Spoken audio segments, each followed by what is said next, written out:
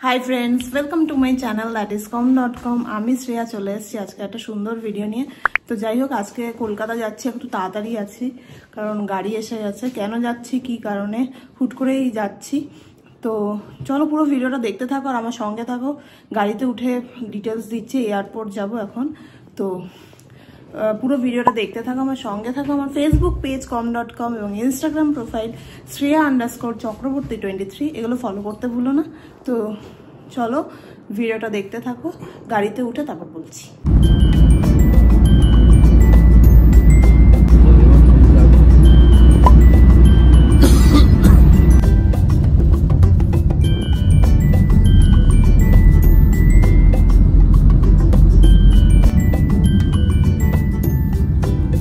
তো আমি এয়ারপোর্টে আমরা পৌঁছে গেছি।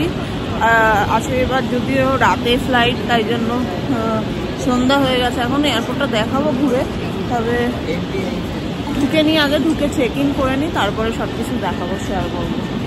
জাস্ট পৌঁছালাম। এই এয়ারপোর্টটা যদিও ভিডিও দেখানো হয়নি, টার্মিনাল 2 যেটা নতুন সেটা দেখিয়েছিলাম। এই জাস্ট গেটে দাঁড়িয়ে আছি ঢুকবো বলে এখানে, আর ভেতরে ঢুকেও দেখাবো যাচ্ছি কি জন্য, সেটা ভেতরে ঢুকেই বলছি যে কলকাতা হঠাৎ করে যাচ্ছি কেন।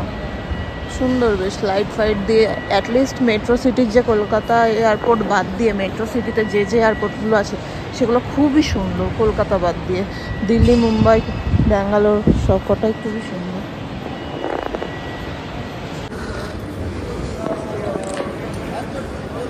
এইখানে আমরা এসে গেছি, ভেতরে ঢুকেও গেছি। এইদিকে ব্যাগেজ, এইখানটা ব্যাগেজ ড্রপ করলাম জাস্ট সোজাই, মানে এই এসকেলেটারের পাশেই ব্যাগেজ ড্রপ কাউন্টার। ইন্ডিগোর প্রচুর, আমাদের ইন্ডিগোর ফ্লাইট, তো ব্যাগেজ ড্রপ করে নিয়েছি।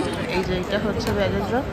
তারপরে এখান থেকে এবারে যেতে হবে হচ্ছে উপরে যেতে হয়, কারণ ডিপার্চার সব কিছুই উপরে। আমাদের ফ্লাইটটা এখনো দেয়নি, এখানে ফ্লাইটের সব ডিটেলসও আছে।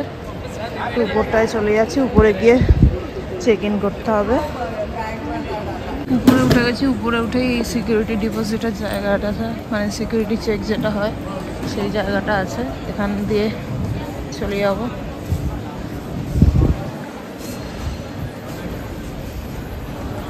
এখানে সব চেক হবে।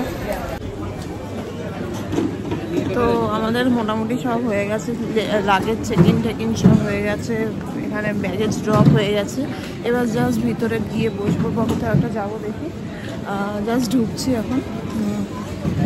মেইনলি কলকাতা যাওয়ার একটাই কারণ হচ্ছে বুক ফেয়ারে যাওয়ার জন্যই। তো সেটা বলবো আর একটু ডিটেলসে। তো আগে দেখি কিছু খাওয়া যায় কিনা, তারপরে। এখানে কিন্তু বসারও অনেক জায়গা আছে, যে অনেকে বসে থাকে। উপরটায় লাউঞ্জ আছে, ওই যে উপরে লাউঞ্জ আছে, আর এদিকে সব তো আছেই প্রচুর। এইটাও ভালো, এয়ারপোর্টটা খুব সুন্দরই, খারাপ নয়।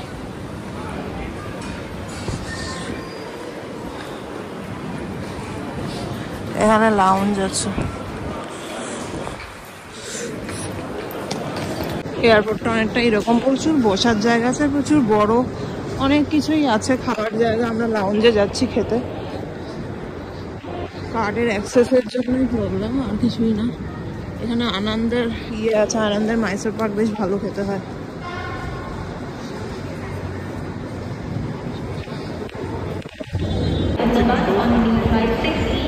এদিকে অনেক ক্যাফে, অনেক কিছুই আছে। আমরা লাউঞ্জে চলে এসেছি, লাউঞ্জে দেখি কি আছে খাওয়া দাওয়া। এখানে একটু খাবো, তারপরে যাবো। এখানে জুস, মিল্কশেক এগুলোও আছে, কেক আছে, আলুর কি একটা আছে, পরাঠা, পনির, ডাল, রাইস, পাপড়। এটা মানে চিকেন আছে, ব্রেড আছে। এখানে এগুলো আছে, অ্যাপেটাইজার, জুস, ফ্রুটস, এখানে এইসব আছে। আমি এখানে পরাঠা এনেছি, পনির এনেছি, চিকেনের দুটো আইটেম ছিল, রাইস, আর এখানে হচ্ছে অরেঞ্জ জুস। এই জায়গাটা অনেকটাই এরকম টাইপের, সবাই বসে খাচ্ছে। এই দিকটায় বড় জায়গা, এই পিছনটায় দেখাবো এটা যাওয়ার সময়। লাউঞ্জটা একবার ঘুরিয়ে দেখিয়ে দিচ্ছি। লাউঞ্জটা এরকম, ওই দিকটা খাওয়ার জায়গা আর এই জায়গাটা পুরোটা বসে খাওয়ার জায়গা। এদিকেও স্টলগুলো আছে।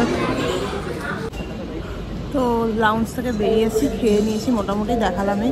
খেয়েছি cold drinks, fruit juice, Frooti, এগুলো তো সব আছে, এগুলো দেখায়নি। ডেজার্টের মধ্যে কেকস আর পুডিং ছিল, ফ্রুটস ছিল, ফ্রেশ ফ্রুটস। এগুলো মেনলি কেন যাচ্ছি কলকাতা সেটা হচ্ছে বইমেলা। তো শুভ্রর একটা বই বেরোচ্ছে নেতাজিকে নিয়ে বইটা। তো কেন বইটা 23 জানুয়ারি বেরোচ্ছে, নেতাজির জন্মদিনের দিন। তো সেদিন বেরোচ্ছে আর বইমেলায় অবশ্যই থাকছে। তো যারা যারা বইমেলায় আসছো বইটা সংগ্রহ করতে ভুলো না। থাকবে হচ্ছে গিরবানের স্টলে। স্টল নাম্বারটা কত এখনও জানি না আমি, তো স্টল নাম্বারটা জানলে তোমাদের সাথে জানিয়ে দেবো। গিরবানের স্টলে থাকছে। আর অবশ্যই নেতাজিকে নিয়ে, শুধু নেতাজিকে নিয়ে নয়, নেতাজিকে একটা ইন্টারেস্টিং ব্যাপার নিয়ে। তো বোর্ডিং হচ্ছে 35 গেট নাম্বার। আমার বোর্ডিং পাসে গেট নাম্বার দিয়েছিল 30, এখন বলছে 35। তো দেখি এখানটায় চেক করবো, এখানে একটা বোর্ডে আছে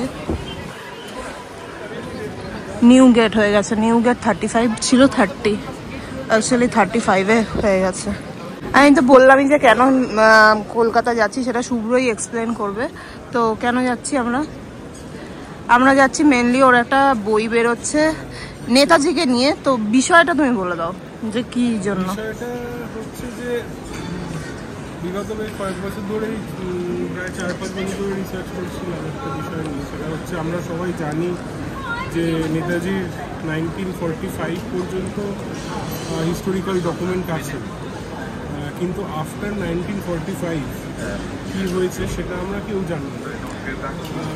এতদিন আমাদের জানানো হয়েছে যে টাইম কোডে প্লেন ক্র্যাশে উনি মারা গেছেন, কিন্তু বেসিক্যালি কিছু বছর আগে, মানে 5-6 বছর আগে কিছু ফাইল ডিক্লাসিফাই হওয়ার পরে জানতে পেরেছি আমরা, যারা গুমনাই বাবা দেখেছেন বা অনুজধরের বইটা পড়েছেন তারা কিছুটা জানেন যে নেতাজি 1945-এর পরে গুমনাই বাবার মাধ্যমে যে হিস্ট্রিটা তুলে ধরার চেষ্টা করেছে অনুজধর।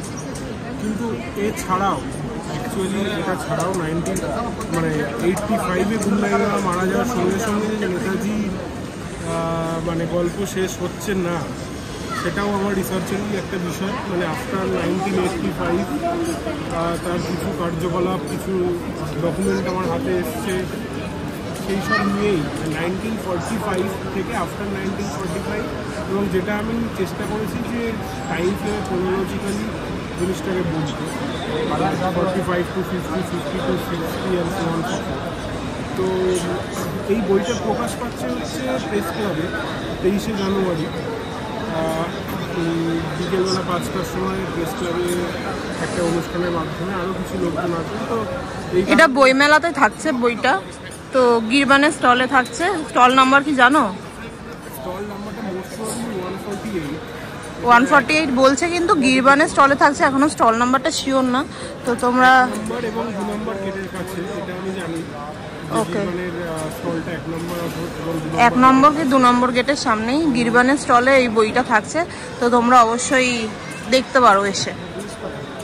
এবং এরপরে আর কি অনেক জায়গায় থাকবে, দেশ, ইতিকথা পাবলিকেশন, অন্যান্য অনলাইনেও থাকবে, সেটা আফটার বইমেলা।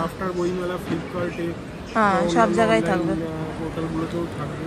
তো আসুন, এসে যদি প্রেস ক্লাবে আসতে পারেন তাহলে খুবই ভালো হয়। না হলে বইমেলাতে অবশ্যই বইটা একটু নেড়ে চেড়ে দেখতে পারেন, পছন্দ হলে সংগ্রহ করবেন। আমরা 35-এর সামনে চলে এসেছি। লাইন দিয়েছে মানুষে কত, এখনো স্টার্ট হয়নি যদিও, কিন্তু লাইন প্রচুর। যাবো এরপরে। আমাদের বোর্ডিং শুরু হয়ে গেছে এই 35 থেকে, হয়ে গেছে আমাদের ডিরেক্ট ফ্লাইট না? হ্যাঁ না, ফ্লাইটের এটা কি ডিরেক্ট না? এটা নিচে যেতে হচ্ছে না, মোটেই না, এয়ার ব্রিজই আছে, এটা এয়ার ব্রিজেই। এয়ার ব্রিজের মধ্যে দিয়ে এখন ফ্লাইটে ওঠাচ্ছে। চলে এসেছি।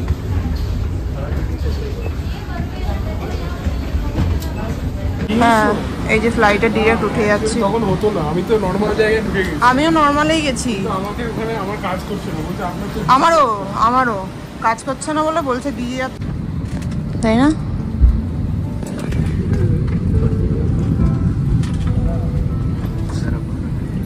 অনেক বড় ফ্লাইটটা। উঠে গেছি ফ্লাইটে, অনেক বড় ফ্লাইট, মাঝখানে কানেক্টিং একটা জায়গাও আছে। এই জায়গাটা কানেক্টিং জায়গাও আছে। অনেক বড় ফ্লাইট আর প্রচুর।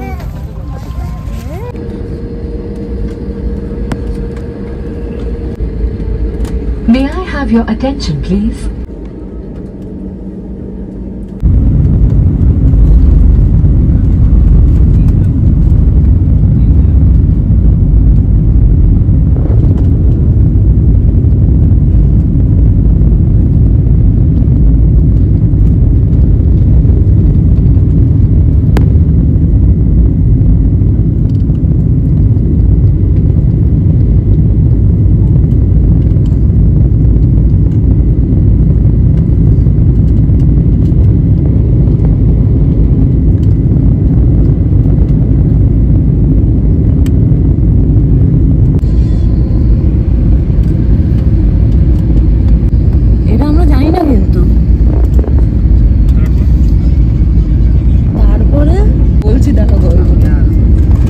কলকাতা ল্যান্ড করে গেলাম, জাস্ট নেমে গেছে ফ্লাইটটা।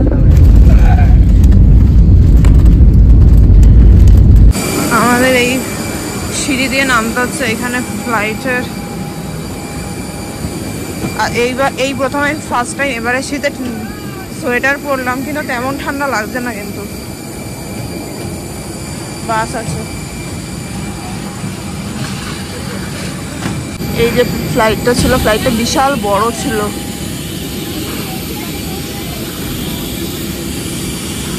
এইটা আমাদের ফ্লাইট ছিল। এই যে ট্রলি সব বেরোচ্ছে আস্তে আস্তে নিচ থেকে।